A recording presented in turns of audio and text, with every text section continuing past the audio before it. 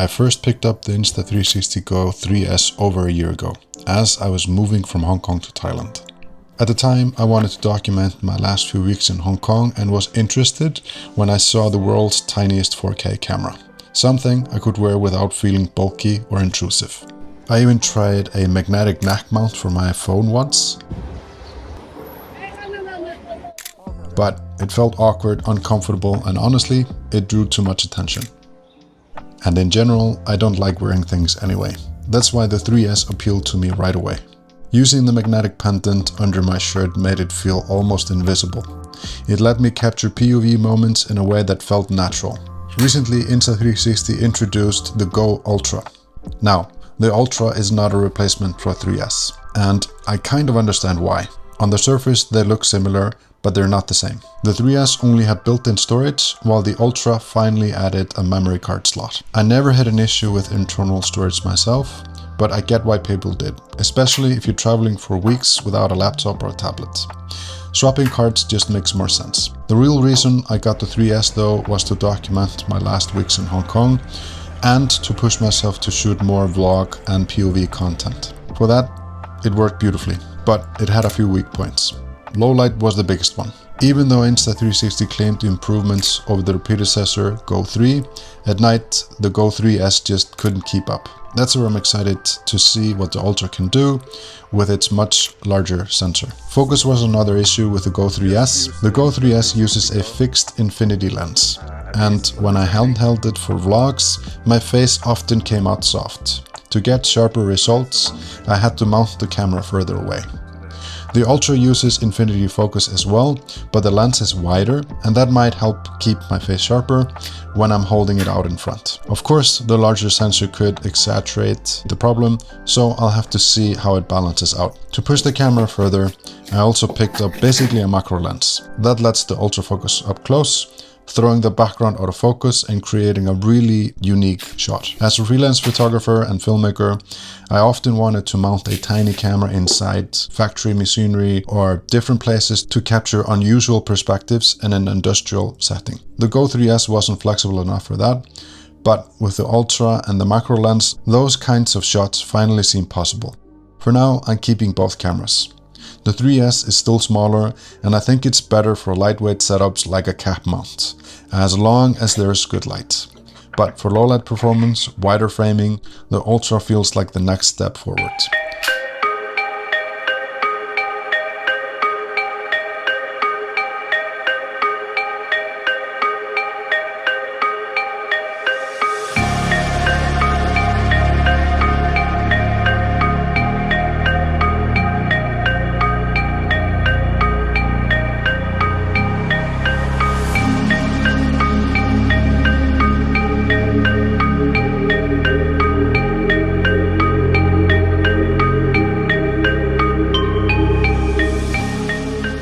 So I have the Ultra on voice enhanced and I have the GO 3S in directional. I'm going to run some filters over the audio anyway. I'm probably gonna do like a voice isolation and auto levels. So I'm expecting both cameras to do pretty well with this situation. I think low light is probably obviously going to be at an advantage for the Ultra, but let's do more head-to-head comparison in daylight. I think that's also going to be a lot more revealing when it comes to dynamic range, since the sensor is quite a bit larger in the Ultra compared to the GO 3S.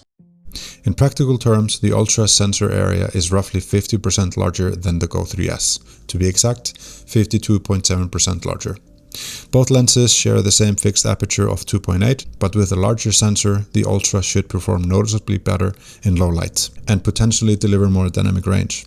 To make the most out of that, I shot the GO 3S in flat color profile, which I normally grade myself, and the Ultra in HDR mode using the glow profile, since that combination provides the highest picture quality and the most dynamic range from both cameras. Right away, one thing stood out. The Ultra's files are heavier. On average, the bitrate is roughly 40% larger than the GO 3S at the same settings. Both cameras were shot in 4K 25 FPS. Both were set to maximum stabilization. I mounted them side by side and walked normally. No special care to see how well each one handled shake. Visually, the Ultra feels more neutral and fair in colors, while the Go 3S leans a bit warmer. The Ultra's lens is also noticeably wider, which I see as a welcome improvement. For aspect ratio and distortion, I went with narrow on the Go 3S and linear on the Ultra. These modes give the most natural look without bending lines, which I personally prefer over the exaggerated wide angle. Later in the video, I'll compare the different fields of view more closely. If you like my color profile, you can buy my lot in a link below.